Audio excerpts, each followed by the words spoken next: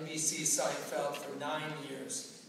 Jason's role on Seinfeld garnered him 6 Emmy and 4 Golden Globe nominations, an American Television Award, 2 American Comedy Awards, and 4 Screen Actor Guild Awards. And unlike George Costanza, who could never seem to find true love, Alexander's been happily married for over 25 years to his wife, screenwriter Dana Tyler. Together they have 2 sons, Gabriel and Noah. But there's more to this man than the iconic role. In 1989, Alexander won a Tony Award for Best Performance as a leading actor in a musical for his work in Jerome Robbins' Broadway. Success on the big screen followed with appearances in several film and television projects, including his memorable role as Richard Gere's lawyer in Pretty Woman, as well as many producing, directing, and writing successes.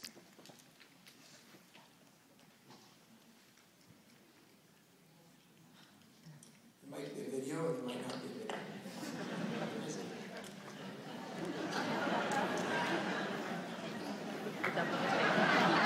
What are you doing? What? Did you just double dip that shit?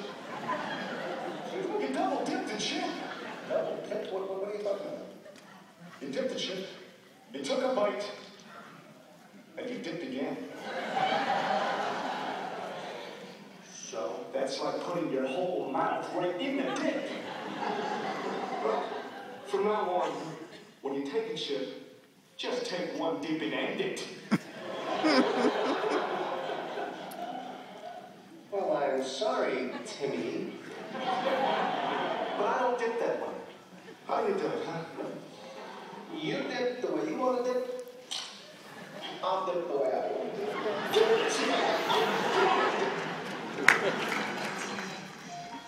Excuse me. Where are you going? You gotta kiss your car. What? What's wrong with the limo? Look, the limo is very back there. They're okay, get it out. Please give me a kiss. All right, look. I don't think you should drive here. You're a little excited. Don't drive my car. Let me work something out. Fellas, what kind of a system is this? Can you move these cars out of here? Look, Edward. Are you familiar with the station? Yeah. Listen, all right, just be ginger with it. It's a new car. Don't do it. I love this car. I love it too. Look, you don't even know where you're going. You're getting lost in the dark. Beverly Hills is down the hill.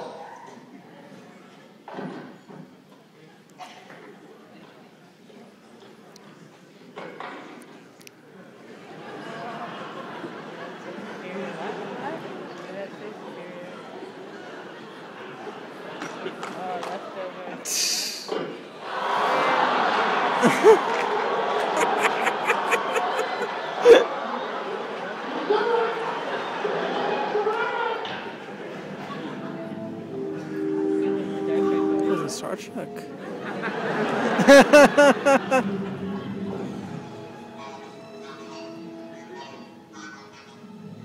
You're sending interference in the door systems using the protocol implants as a prevent. Disconnect the link. Disconnect the link. I can't understand you. Permanent spatial charges. We'll have the dog back on running for the independent damage. Let's go. Smoke? Everybody, I think I smell some smoke back here.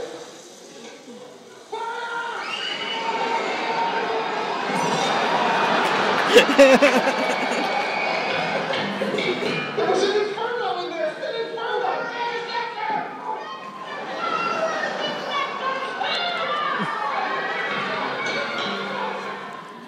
I was trying to lead the way. We needed a leader. Someone to lead the way to safety. But you yelled, "Get out of my way!" Because, as the leader, if I die, then all hope is lost. The clowns. Instead of castigating me, you should all be thanking me. What kind of a topsy-turvy world do we live in where heroes are cast as villains? Brave men as cowards. I saw you push the women and children out of the way in an ad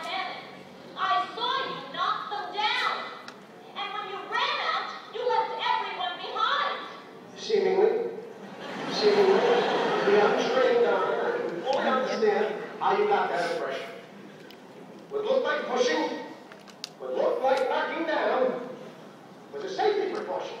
In a fire, you stay close to the ground, am I right? And when I ran out that door, I was not leaving anyone behind. No. Quite the contrary.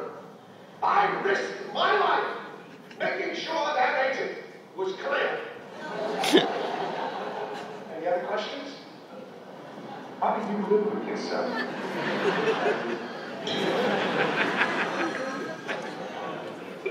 Yellow. What delay industries? Way off. Well, yeah, that's the right number, but this is an apartment.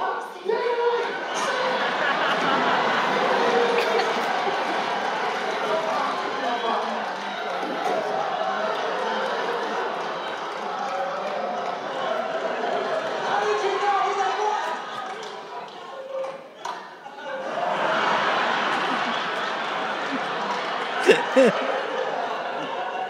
And you want to be my latex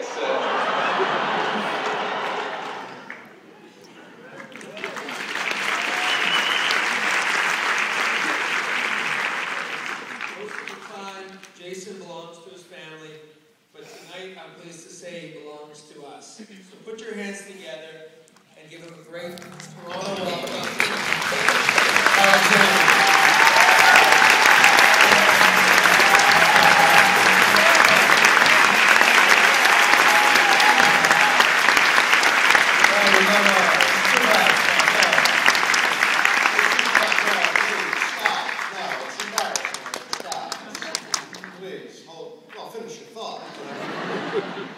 Lovely to be here. What is it, Tuesday night, darling? Tuesday night? That's great, Tuesday night. Sony Theater, Toronto, Canada. What the hell happened to my career? Used to be so big and just... No, lovely to be here, lovely to be here. I'm always, I'm shy. I'm going to go talk to Elliot in 1 second. I don't have a long prepared speech because, frankly, I haven't been paid enough to prepare a long prepared speech. But I do want to say it's lovely to be anywhere where there are Jews where I don't expect them to be. I had no idea there were Jews in Toronto. I had no idea there were Jews in Canada. I really, it doesn't seem like the obvious place for Jews to go. I don't know what the obvious place for Jews to go would be, but this doesn't seem like it. But it's lovely to be amongst my people, and for those of you who only speak Hebrew, let me say shalom, and sheket b'vakasha. It's the only Hebrew I know. My Hebrew school teacher always said shalom, and then that phrase repeatedly throughout the Hebrew lesson. That's all I got.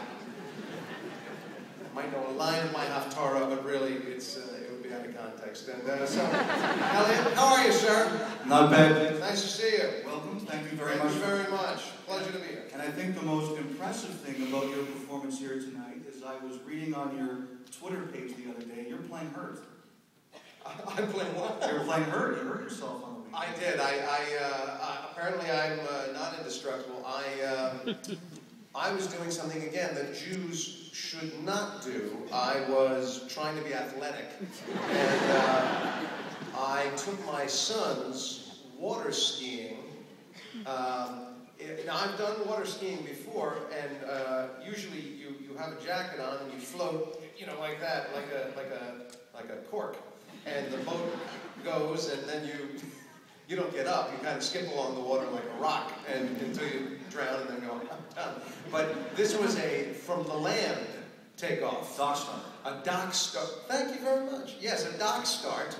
And they said, so stand on the skis, and it's a pulley. The thing is connected to a pulley, and it's going to go, and it will pull you onto the water. And I went, I'm ready.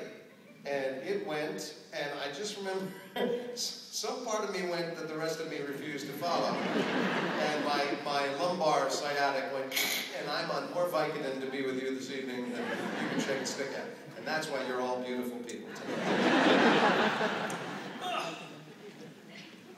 wanted to start in a few different places, but David in his introduction mentioned about your wife, and you've been married married to for 25 years? No, 25 years. I scoff at 25 years. Okay. It's been 29 years last May, which means if we make it to next May, we're coming up on 30. Okay, and...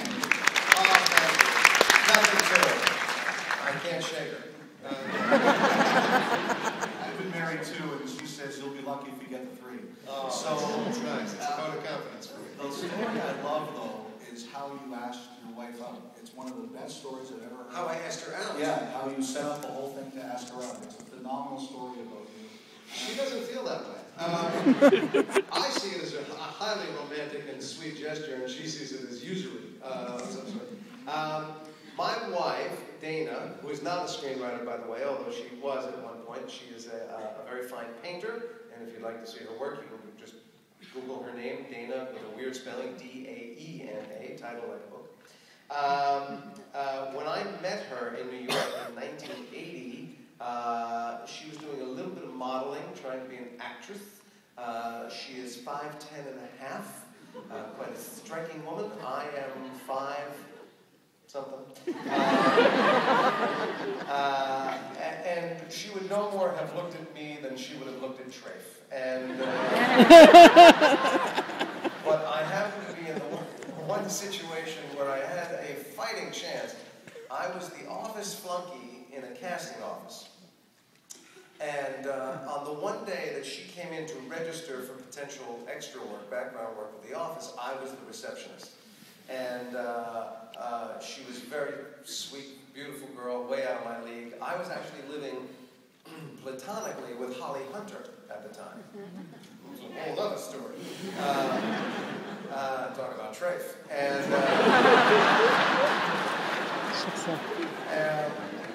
And I didn't really know anybody in New York, and I thought she was adorable. And so I didn't ask her out on that first meeting, but I knew she had to come back 2 or 3 days later to fill out this big questionnaire about, do you do this, can you do that, and it gets, the special skills.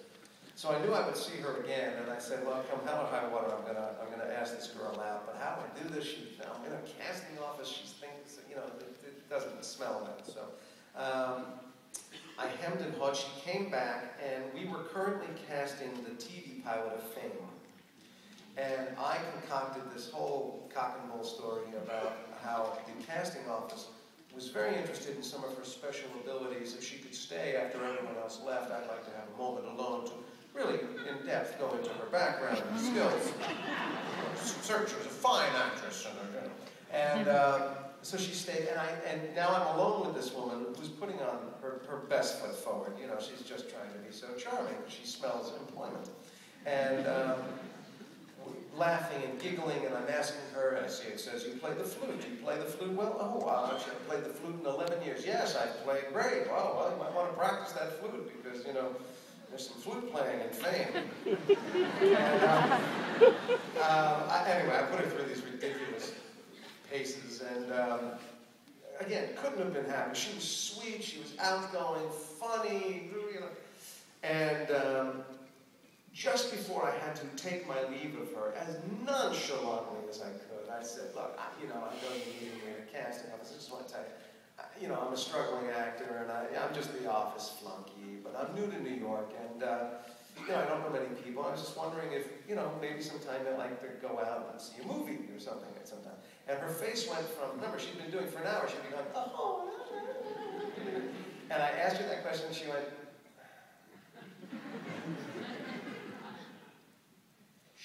Sure. And that was good enough for me, so I took her out on the first date, and then everything went exceedingly well, and mere weeks later we were an item. But well into our dating, I said to her, Dana, do you remember when I first asked you out at the office? She went, oh, yeah. And I said, remember, you were so sweet, and everything was so nice, and you were hitting it off so well, and then I actually asked you if you'd like to go see a movie sometime. She went, yeah. And I said, do you remember you had a real attitude change? And she said, oh yeah, I remember. I said, what was that all about? And she said, well, I have to clean the story up at this point. I was trying to reason with myself whether I would perform anything on you in order to get a job, because I was sure that's where you were going. And I said, if I had only known that, our relationship could have moved so much faster. But that was how I met my wife. So she still thinks I was a sleazeball casting director taking advantage of it. Sometimes sleaziness works. There you go. It did. Sleazy has always worked well for me, actually. You know, the reason everybody's here tonight, and you know, everybody has a story. For 30 minutes on Thursday nights, our lives stopped. Whether you're my age, older, younger, and you were such a huge part of that. And everybody here, I saw them taking pictures with you before. There's not a person sitting out here tonight who can't imagine what they were doing, where they were sitting, what room they were in, who they were sitting with, who their regular Seinfeld partners were. And when you watch those clips, I wonder if there's one that you always think of and say, that was my favorite. Yeah. You know, the question, what's your favorite episode, comes up all the time. And, you know, it's like saying, who's your favorite child? Which, in my case, is my youngest, but that's not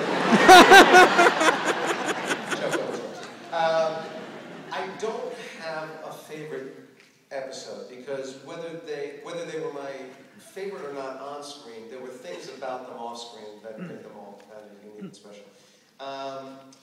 There are two that I usually, or three actually, I'll do all three since we have time, that were notable for me for different reasons. Seinfeld was not a hit.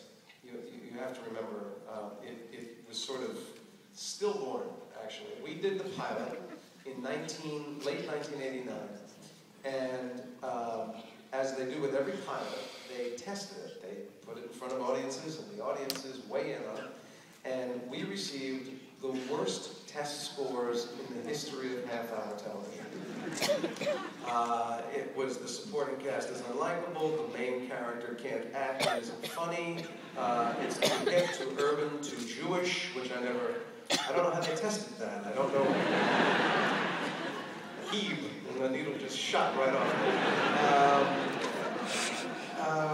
But terrible, terrible. And the pilot was not picked up. The show was dismissed. We were all let out of our contracts. But this was in the days before there were 500 channels on television. And the networks used to fill their late spring, early summer dead spots by just throwing on unused pilots. And they threw on the Seinfeld pilot, and the critic from TV Guide wrote an amazing piece about it, which made NBC go, could we be wrong? So they called us all back, which had never been done before. They let us go. And they said, would you be willing to do, here's confidence, ready for this? 4 more? So, okay, we'll do 4 more. And we did the 4, they tested those, tested like garbage, just the worst. Nobody wanted it, nobody liked it. We should have been shot for doing it. That was all the results. And they aired those, and for some reason, critics seemed to like it. Nobody was watching it, but critics seemed to like it. And the few foolish handful that were watching it were men 18 to 35 years old, which is the hardest demographic for advertisers to tap into. So we could always sell our advertising. But when we came back for our first real season, which was a confidence order of 13, we really did not expect to be on the air very long. We were having a good time. We thought, well, this will last as long as it lasts, but this is not going to be a show that is around very long.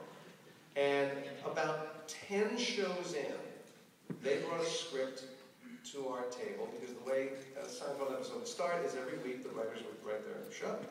And it would premiere by what we call a table read, which is the whole cast and key members of the crew and the producers. Saw that on Curb Your Enthusiasm. Exactly. We reenacted our table read. So you'd have people from the network and the studio, and everybody would be there. It's a big deal. And we read an episode called The Chinese Restaurant. Which, when we fit, there's no story at all. At all. It is Jerry, George, and Elaine waiting for a table at a Chinese restaurant. And it all actually plays in real time. They are there for 22 minutes, which is exactly how long an episode lasted. And we finished the table read, and the head of NBC went, what the hell is that? What are you doing? You can't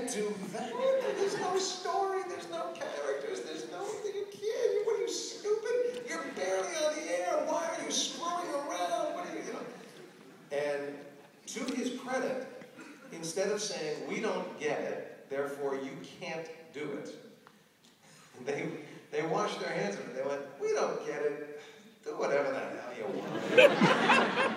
And Larry David, being an idiot, didn't read the social cueing of that you and I might have gotten. You and I might have gone, perhaps we shouldn't do this episode. Because we're hanging by a thread and the network might cut that thread. He went ahead and did it. And I remember as we were doing that episode thinking, win or lose, this show has guts. Because nobody was doing anything on television like that at the time. And I just thought, well, that's something to be proud of. That's really good for them. They know what they want to do, and they stood behind it, and they'll take the consequences. So that one sticks out for me, just for sheer gutsiness. The episode, still not my favorite, the episode that put us on the map, because we spent 3 seasons all over the dial. If you wanted to watch us, you had to Google it to find out where they were. We were in our first 3 seasons, we were in 11 different time slots.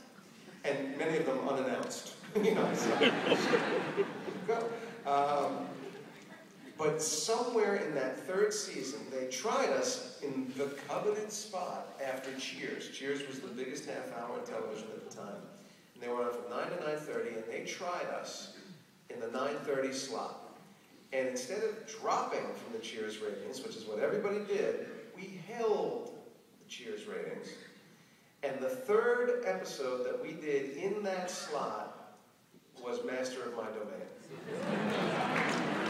And from that day on, we were golden. We didn't know it, but that's when the phenomena of what the show became, where people were really calling each other and going, do you believe what this thing was? That's where that began, and we stayed in that slot until Cheers went off the air, and then we took the Cheers slot, and we became the anchor for the night. So that was one that I always point to and go, that was a great episode for us. But when people ask me, do you have a favorite moment, I kind of do, because it took me a while to understand George. I didn't realize initially that George was Larry David. Once I understood that, life got very easy. But I remember, you know, George is notorious for lying his way out of any pickle. And Larry would come up with the most ingenious ways for George to extricate himself from trouble.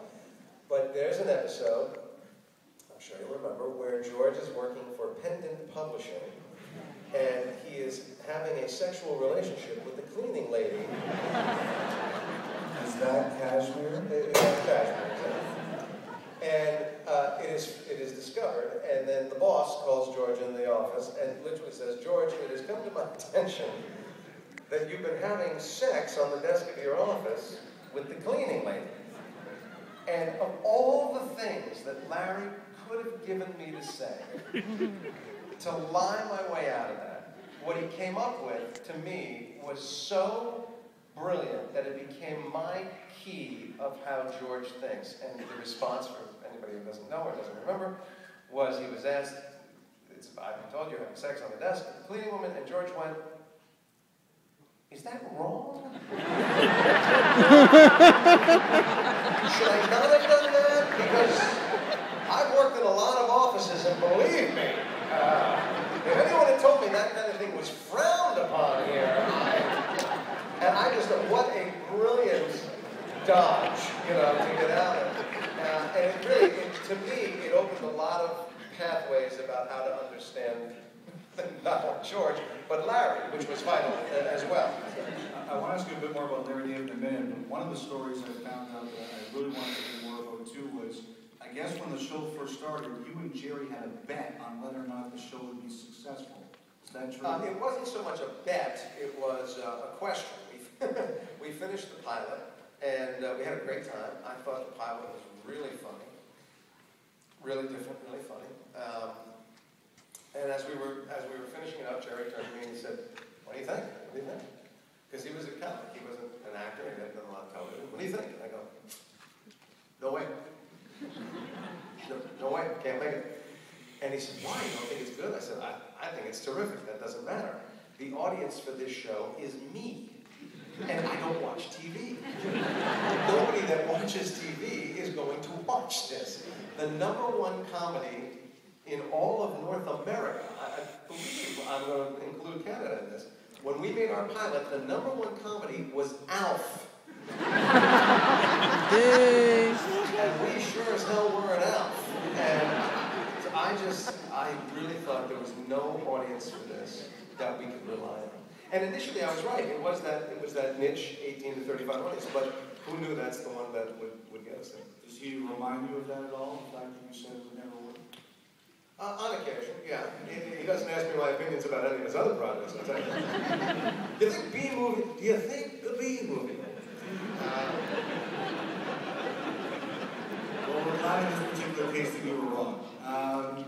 Larry David, I wonder if watching Curb now, there was anything that he ever tried to have you do on Seinfeld that NBC said, no way, you're not doing that? No. I will tell you about 2 episodes. There was one episode that we read at the table, which usually means you're committed. You're going to do that episode. It may see a massive rewrite, but you're going to do that episode. There was one and only one that we read at the table and threw out.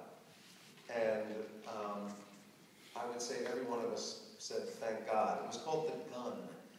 And the premise was that there were a bunch of break-in robberies in the neighborhood. So Elaine got a gun. And you have to be really funny when a gun suddenly appears. And I'm not kidding. It was written by Larry Charles. And Larry Charles is a love of a human being. He looks like Charles Manson. He really does. He looks like you'd run and hold your breath while you were running. But he is a terrific guy. Best known as the director of Borat. So, and whenever Larry wrote a script, there was always bloodshed, gunplay, violence of some kind in it. Here's a piece of dialogue that you never saw from The Gun, okay? Now, this was the table read. I'm going to play Julia Louis-Dreyfus, playing Elaine, delivering the line to Jerry. You will play me, sitting across the table from her at the table read, and I will show you what she did as she said this line. They're sitting in the car, having just bought the gun. Elaine is holding the gun, feeling the weight and the power of it. She says, God, Jerry, this is amazing. I feel so powerful. I feel like I can do anything. All right, Jerry, where do you want it? The Kennedy? The McKinley? That's what she did. And we threw the gun out. The gun did not get filmed. There was, interesting for the group we're talking to, there was one episode where I almost refused to take part. And I still don't like the episode. And it was The Briss. And I'll tell you why. You can make Jew jokes with me upside down, sideways, and backwards. I have no reverence for Judaism and human. It's all good. It's all good. Here's the problem.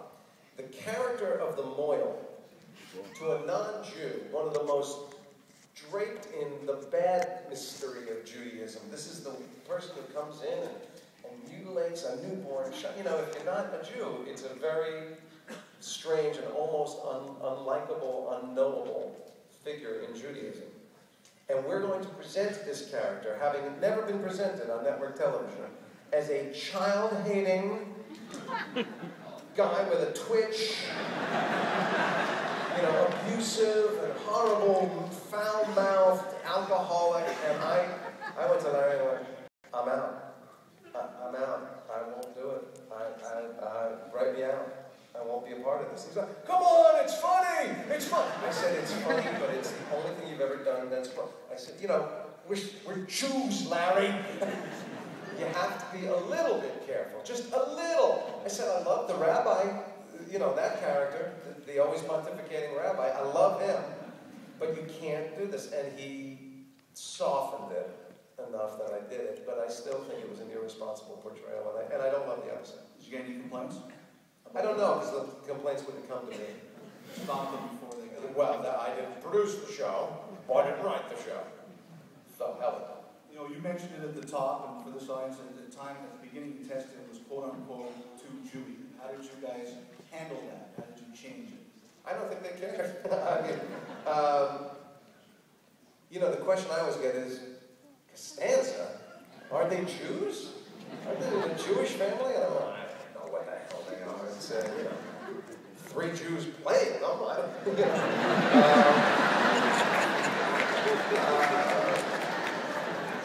You know, there were no crucifixes on the wall, and I didn't see a menorah on the mantle, so I don't know what that was. You know, I don't think Jerry or Larry think the show is terribly Jewish. I really don't think they do. I think they think of it as New York, and a lot of those New York rhythms. But, you know, Jerry's family was based on Jerry's family, and, you know, Larry grew up in Jewish Italian neighborhoods in New York, so it smacks of those characters and those people. But there were no, with the exception of the Moyle, I don't really think there were any particularly Jewish themes or storylines, or, you know, it was really a non-issue for them. When they got accused of not being enough, being too much, they just went on and asked. We're making money. That's when you know that you're doing very well, when you don't have to care what other people Well, say. Larry David, I don't think has cared about much. What's he like? What's Larry like? Yeah. Oh, Jesus. I love Larry to death. Larry is, he's similar to the guy on Curb in many ways. He feels all those things that he responds to on Curb. He senses slights, you know, where none may be intended. And he draws to him a certain degree of agitation and animosity. He does not react to it as openly as he does on the show. On the show, he goes for it. And George was really very cathartic for him, because I was playing everything he wanted to say and do that he felt he couldn't do. But Larry is an odd, strange, I mean, just as an example, I can't remember what episode it was, but 4 or 5 episodes into Seinfeld, we were doing an episode, and Seinfeld really was different from stuff on the air. And, you know, I'm a very classically trained actor, and we got this script, I don't remember what it was, but I went to Larry and I said, Larry, by the way, my take on George when I started was pure Woody Allen. If you go back and watch the first 5, 6, 7 episodes, I'm doing a blatant Woody Allen imitation. I mean, you know, I'm practically stuttering at myself and, you know, coughing and using words like articulate and, you know, because that was the only image I had in my head of who this guy could be. We got a script, and something happened to George, and I went to Larry and said, Larry, you gotta help me with this. First of all, this would never happen to anybody. But if it did, nobody would react like this. And Larry said, I don't know what you're talking about. This happened to me, and this is exactly what I did.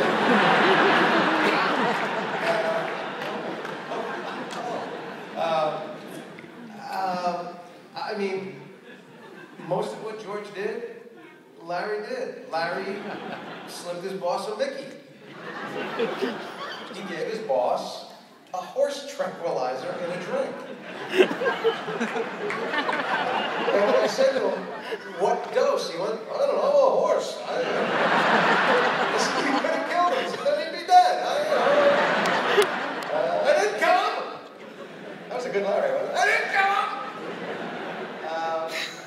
Larry did the thing that I did where he told everybody at Saturday Night Live to go F themselves. He quit, that's it. You're an idiot, you're an ass, you're a this, you're a that. Up yours, I'm out of here. And then he went home and went, what the hell did I do? Oh my God, what did I do? I just quit Saturday Night Live. And the real Kramer, his real neighbor, the real Kramer, Kenny Kramer, said, well, just go back. What? Just go back. Go back on Monday like it never happened.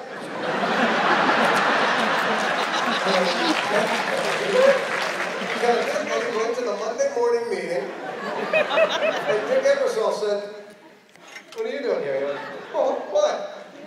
And I thought you quit. When? And he got away with it. I mean,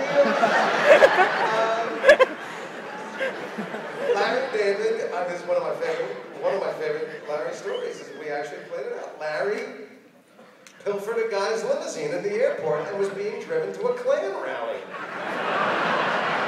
That's a real story. Yeah, a bit embellished, but the genesis of it is true. I mean, you know,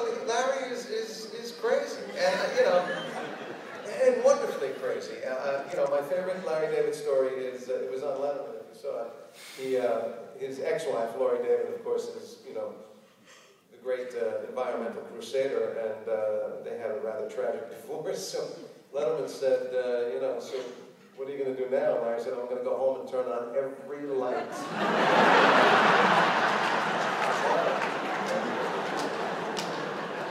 The great moments that we all have in places where we like to be, they're not the stuff everybody sees, it's the stuff that happens behind the scenes. And what was it like with all of you working behind, whether it was the table reads or it was rehearsing? What were the great moments that stand out to you? We were not practical jokers. There was not a lot of stunts. I tried it once on Jerry's birthday. It was stupid. It was early on. We didn't really know each other, and I thought, oh, this will be funny. And there was a moment where, in a scene, Kramer was spotting a naked girl out the window, and he leaves the scene to go meet her, and never comes back. That was the premise. And I thought, oh, it'll be really funny. I'll hire a stripper. And when the camera crew is there to camera block the show, Kramer will come back with the stripper, and she'll drop her coat and sing Happy Birthday to Jerry. Jerry's mom visited for the first time to celebrate his birthday, and that didn't go so well. So it was not a lot of practical jokes. It was just a lot of laughs, and I can't even tell you, if you watch the bloopers on the DVDs, that was going on all the time, that silliness. We found each other endlessly amusing, and we would basically come to work. The great thing about the show was the energy between the four of us, because usually when a show early on, when a show really feels like it's not going to work, it's every man for himself. All you're thinking is, well, let me get a couple of good scenes on tape, and I can put them on my reel and maybe get another job. So you're really kind of going, me. And we never did that, even when we felt like it wasn't going to last very long. We were always, I remember being on the set, and I'd be struggling with a line, and I'd go, this would be so much funnier if it came out of Elaine's mouth. And then Julia would do the line, and it was funnier. And then, she would do a thing where she's trying to get a physical piece of comedy, and she'd go, Michael! And Michael would turn it into something genius, And so there was that kind of easy rapport and concern for each other's work, and a sort of a joy in the ensemble effort, certainly on par with the individual efforts. It was tremendous fun. It was irreverent. And here's the thing that people always want to know about, and they're always so shocked when I tell you, we're not friends. The four of us rarely see each other. We rarely talk to each other. We were workplace friends. We spent so much time with each other every week. But we did not wrap the show on Friday night and go, hey, let's have dinner tomorrow. Julia and I had families. We went home to our families. Jerry started writing the next script, and Michael was out trying to get girls. So we didn't have a lot in common as people.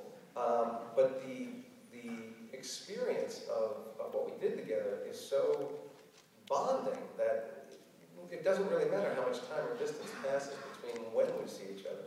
When we were asked by Larry to come back into Curb as a reunion arc, I think the only one who wasn't concerned about it was Larry. I didn't think it would work. I thought it was a great idea. I thought, how do you do a Seinfeld reunion? And Larry found the way to do it. You don't do it as Seinfeld, you do it in Curb. And it was a brilliant idea. But I thought it really wouldn't work, because it had been 10 years since the four of us had worked together. We had no idea if that ensemble feeling was still there. And those characters were 10 years older than when we last saw them. They were barely tolerable in their 30s. Now they're in their late 40s, early 50s, and they're still having the same problems. This is a really dysfunctional group. And I just wasn't sure if it would be palatable. Plus, there's no script on Curb, so everybody's ad-libbing. And it can be mayhem,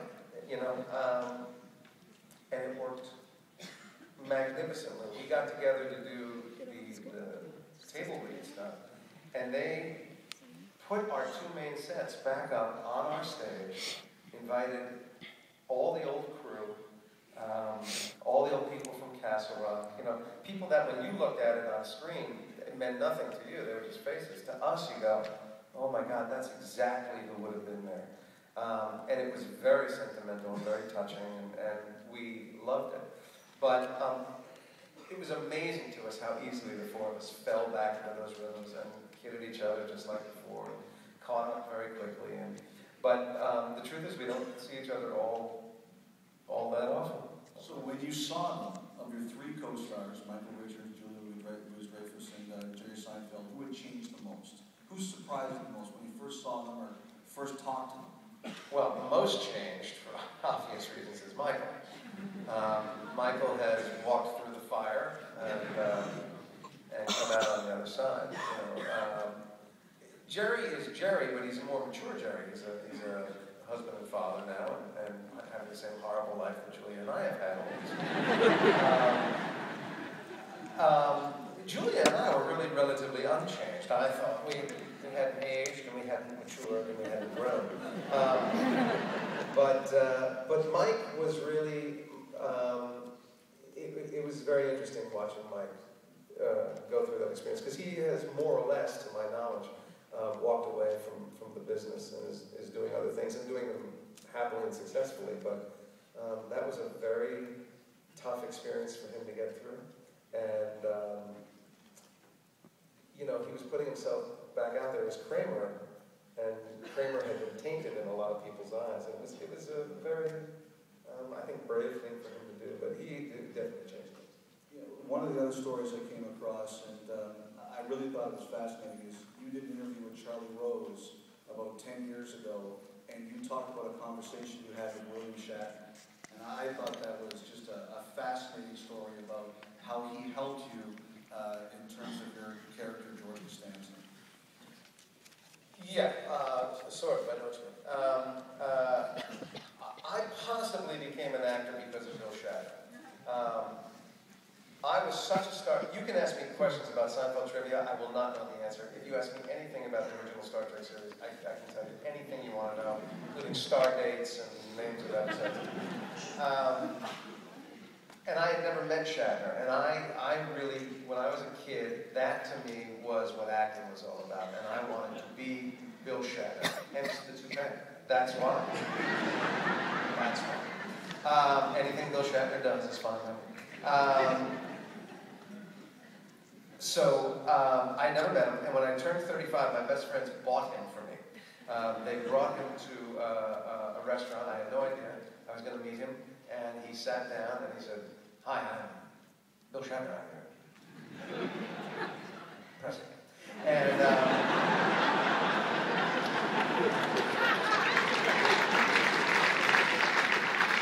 I actually, when I auditioned for college, I did a monologue from the play Equus, and I knew nothing about acting, so I did it as Bill Shatner, and which I can still do with one particular horse called embraces he, and I did the whole thing. And I did not know the man auditioning me had done Shakespeare up here in Canada. They had gone to college together. They had studied together. And the man who was auditioning me was a wonderful man named Bill Lacey, who then said to me at the end of my audition, he said, "I don't know if you can act, but that was the finest Bill Shatner." And then at the end. Anyway, I'm talking to Bill, and we had a wonderful conversation, and it was about many, many, many things. But he actually gave me, he shared something with me, and it was really wonderful. People ask me all the time, "Do you get sick?" I'm talking about Seinfeld. "Do you get sick of people coming up and George, can't stand you, shrinkage, you know." And Bill said to me that with Star Trek, Star Trek was something that he resented for a very, very long time. Really, in his case, rightfully so, because as popular as it's become, it was not a success in its initial outing. And yet he was defined as Captain Kirk, and he was a young man. He was in his early 30s when he first started playing that role. And as the phenomenon of Star Trek grew, it prevented him from getting other work, and all these sort of insane fans, these Trekkies, started to appear, and he was very hostile about the whole thing. He hated them, he hated it, he hated what it had done to him, he didn't like being defined this way. And by the time I met him, you know, the films were being done, and he had come full circle. He really embraced it. And he said to me, you have to understand that you and I have a common, not problem, but a common point of interest, in that very possibly the biggest thing you will ever do in your career, you've done. And you've done it at a relatively early age. It will open many doors for you. None of them will be as big as the door you've already walked through. He said, but what you and I have done is we've been a part of something that is bigger than what we set out to do. It is more than a TV show, it is more than a movie, it is more than an actor's career. And I know what he means. Because I can tell you that the things that continue to move me about the show is that I get letters every week from people who say, I lost a parent, I lost a child, I was terminally ill, I was going through chemo. All situations where they said, I thought I would never laugh again, and you guys got us through. Now that is, when you're an actor, that is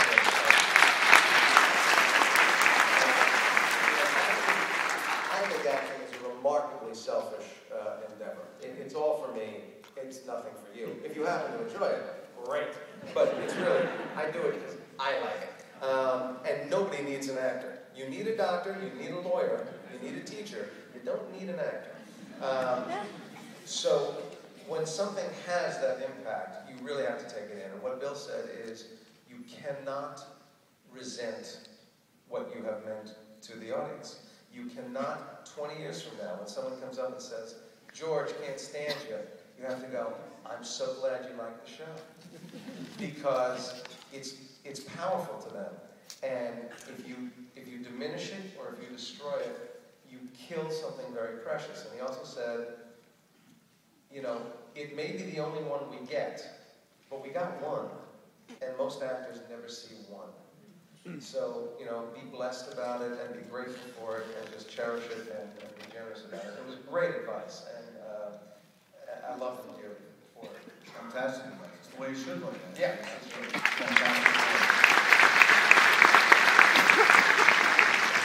When they played the clips up here at the beginning, they played a scene from Pretty Woman, and you had been asked in the same interview about what were some of the other roles that you were most proud of, and you mentioned that one, Pretty Woman, and you also mentioned a performance in Broadway Bound, and you said that you were so proud of your performance there because it was the first time you were ever asked to act without singing, and that was something that meant a lot to you. Yeah, the career I have always surprises me. If you ask kids that I went to high school with, Jason Alexander, comedy, they go, I don't think so. I wanted to be Bill Shatner. How funny is he? I mean, on purpose. I'm so dead. He's going to find out I said that. So comedy came late for me. Music came early. And I went into, I left college after my junior year because I started getting cast in Broadway musicals. And I thought, well, that's great. And I love Broadway musicals. I love them. I love doing them. I love being in them. I love seeing them, except when I'm in one. Because then it is so grueling. Everybody goes, come on, you work 2 hours, 3 hours a night, but you live like a monk. You can't use your voice, you can't use your body, you have to sleep, go to the gym, drink fluids, no alcohol, no nothing, and you have to, it's a horrible, horrible existence. And I thought, I will never get out of this musical, I will never get out of this musical, and then Neil Simon threw me a play, and it was, and I was so excited, it was so great, I was so proud of it, and everything was great, and about 6 months into that, I went, boy, if I could just sing it tonight, I'm so tired of saying these words. So, you know, nobody's ever happy, nobody's ever happy. But, yeah, there was fun stuff. Pretty Woman was a blast because Pretty Woman, the movie you see is not the movie we shot. Pretty Woman was a very dark dramedy on paper.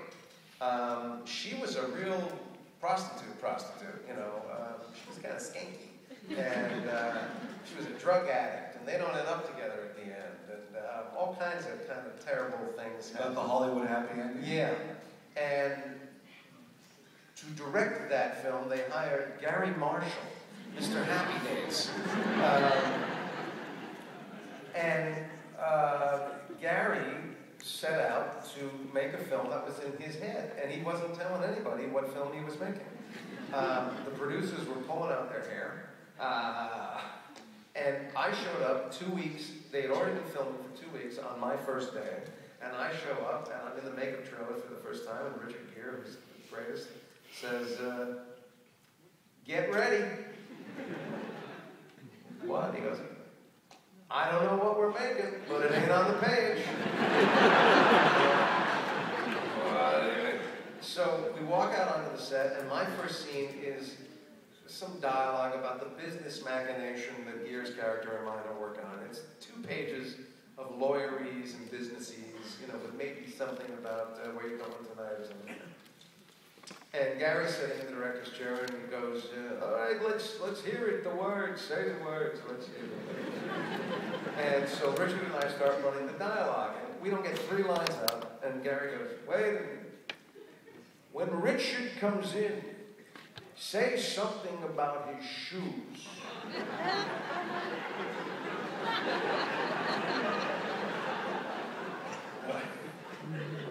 Okay, so do it again. Richard comes in. "Hey, Edward, what are those, Tom McCann's?" And he began, "Tom McCann's, what are you?" And we made up 5 lines about Richard's shoes. And Gary said, "Good, let's shoot it. Let's shoot it." So they roll the cameras, and we shoot the 5 lines about Richard's shoes, and he goes, "Good, cut, let's move on." What about the scene where the shoes are good? So that scene is gone. And then there's another, and every scene you prepared for, you never shot. He had an image in his mind of this romantic comedy, this old-fashioned romantic comedy. And the studio wasn't making that film. The producers weren't making that film. Richard Gere didn't know he was making that film. Julia Roberts didn't know she was making that film. None of us knew. But we were having such a good time, because Gary's the best. And he would... The scene where I attack her, we did takes where she beats the crap out of me. We did takes where Richard and I get into a slap fight like 2 of the most flaming homosexuals.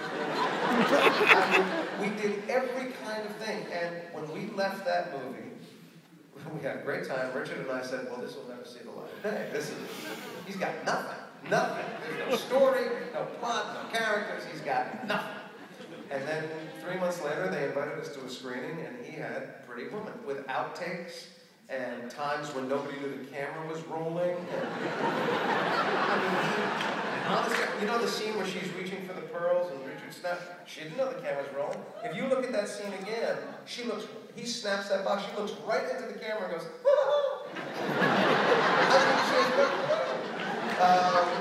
and he was doing that over and over and over and over. So, Pretty Woman was a phenomenon and changed my life for good and for bad, because it was a huge hit and it really helped me. Although, he used a couple of my takes where I became the most hated man in America for the better part of 6 months, where women would literally walk down the streets of New York and spit at me. And I'd go, "Pretty Woman," right?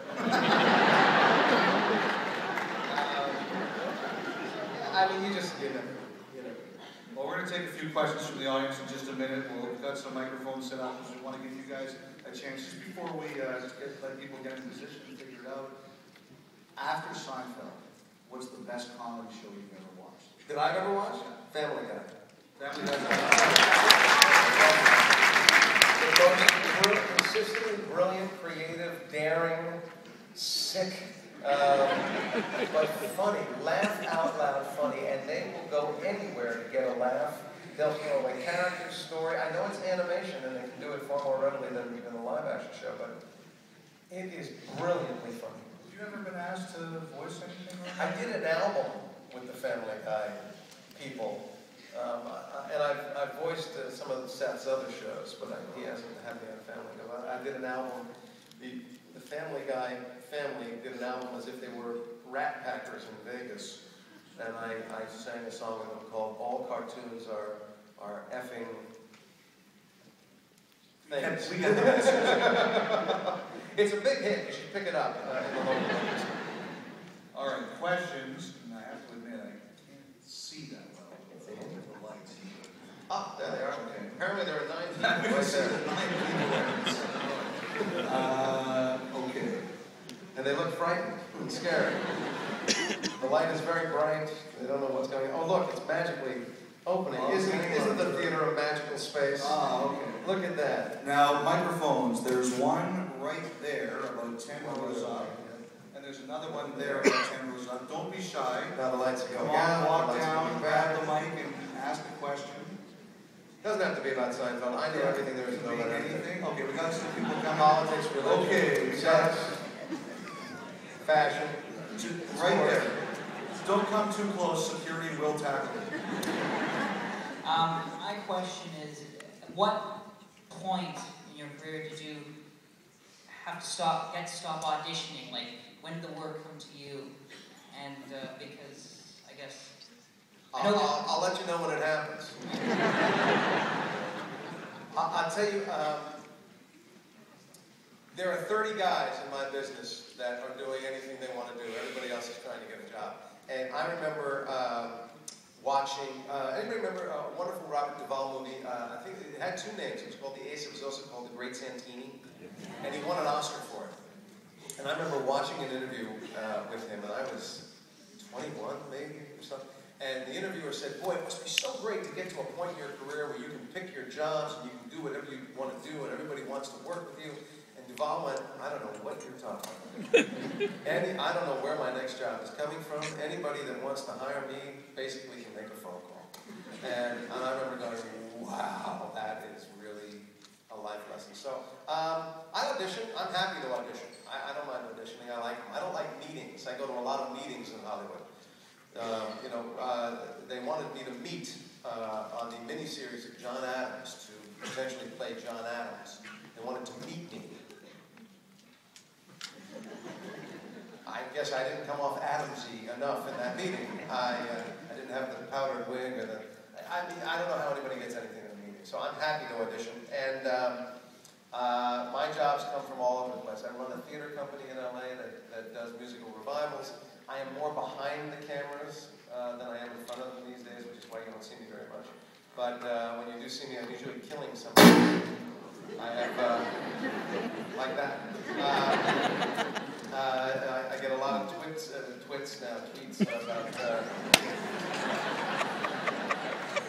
about apparently they're running my Criminal Minds a lot, where I play Colonel Sanders with an axe or something like that.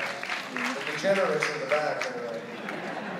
But a lot of directing, a lot of writing, a fair amount of producing, and an occasional acting job here and there. But there's a couple of series that are floating around that I may wind up being back in. Who knows?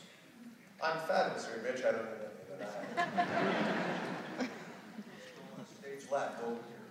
Hi, Jason. How are you? Hi there. How are you? I also want to say I'm not Jewish, but it's very nice. Not Jewish? Get the hell out! Give us Barabbas! All right. Shalom, everybody. Oh, good. A big fan. Try Sheket Yiladim. That works well, too. I went to the episode where you're behind your mom's, on the other side of the curtain. There's those 2 attractive women while you're going through your little dilemma. Were the women actually attractive? Oh, yes. Oh, yes. Oh, yes. One of them was Julia's stand-in, and the other one was a hired actress. And they were lovely.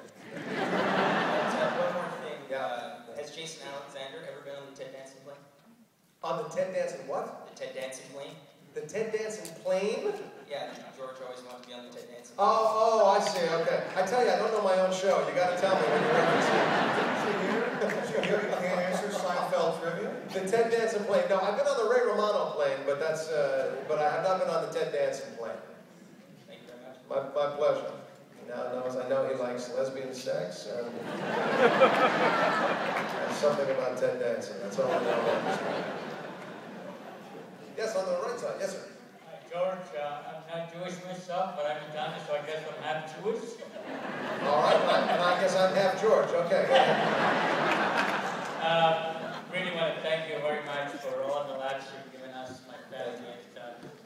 still run and watch your reruns and reruns. Thank you. And I think, till I die, I'll probably watch Seinfeld. Don't let that stop you. Why should my residual stop because you're dead? I got a family to support. Drop dead, keep the television on. What are you doing?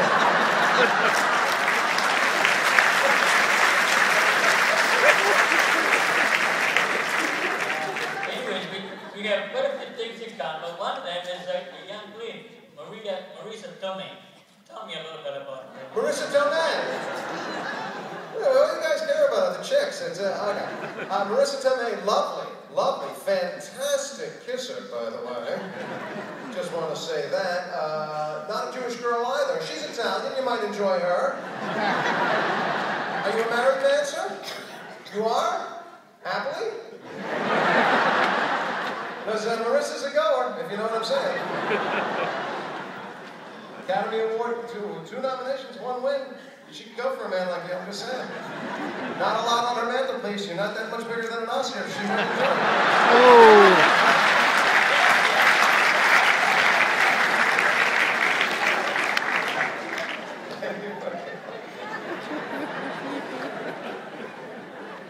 Yes, sir.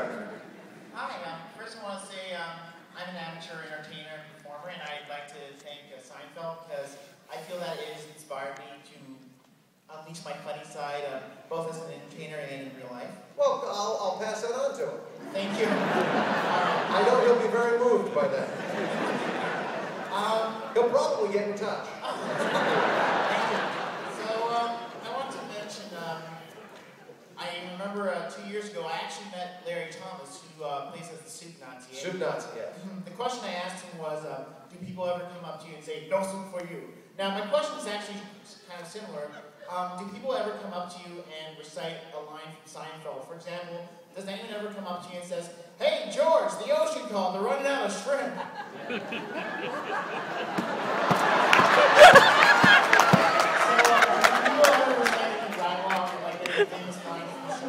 No, oddly, that never happens. I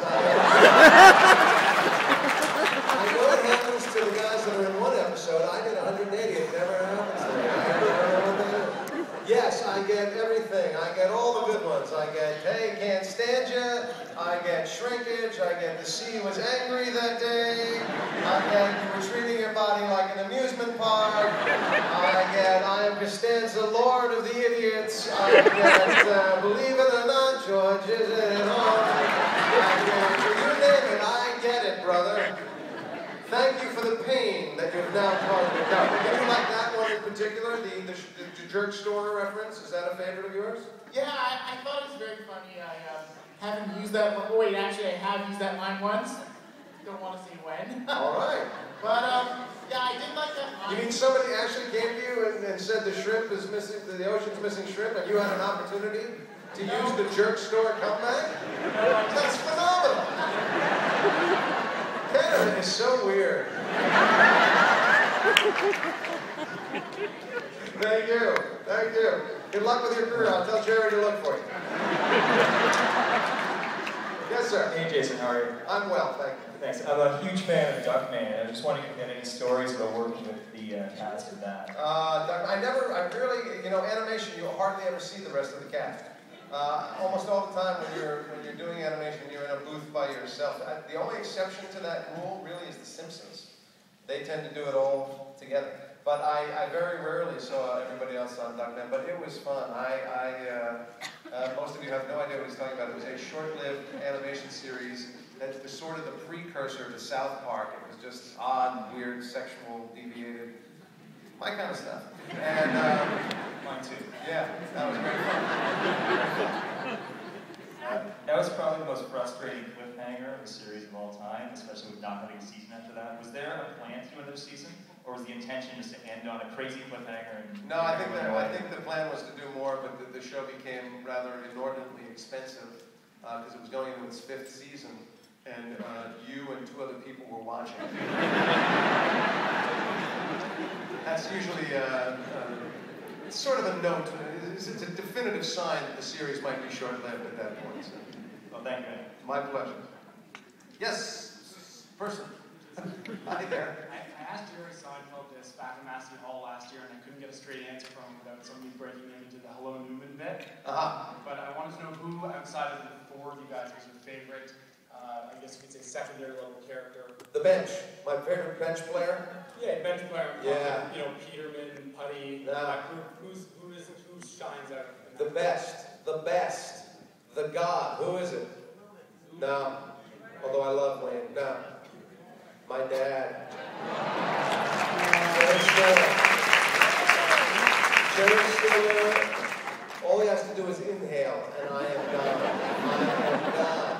There are more outtakes of the Seinfeld cast standing there urinating in their shorts while Jerry Stiller tries to perform that role, and it's just heaven. He was glorious. And here's a bit of trivia. Jerry Stiller was the third actor to play my father. We actually shot 2 episodes, one each with other actors. They did not work out well. And before we wrapped the show, we were done. We were in our 9th season, and we were just doing the last couple episodes. The decision was made to go back and shoot all the scenes that Jerry Stiller had not played my dad, so that in syndication and for the rest of the life of the show, Jerry Stiller would always be my dad.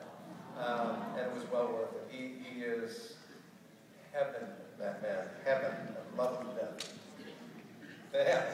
All right, unfortunately, we only have time for one more. All right. I'll be in Montreal in 2 nights. You can come up there. Hey, Jason. My aunt was Marjorie Gross, who was a writer and Yes. producer for the show. Yes. And along with her and my dad, they wrote the episode Fusilli Jerry. I was just wondering if you could recite the first scene in the restaurant when you're talking about how, like, I'm out there, you know, like...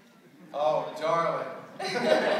I remember your aunt beautifully. Her aunt passed away while writing for our show, and we loved her dearly. And there were not many women that wrote for our show. And Marjorie was a wonderful lady and a very funny lady. And that was a great episode. The Fusilli Jerry is where we have somebody makes a statue of Jerry made out of uncooked fusilli, and it winds up in my father's rectum at the end of the show. But I don't remember the scene or the dialogue that you're talking about. I would do a fitting tribute if I could, but I do not remember, unfortunately. And it would cost you way too much for me to actually. You'd have to make a large donation. Thank you. My pleasure. Thank you very much, Jason. Sorry about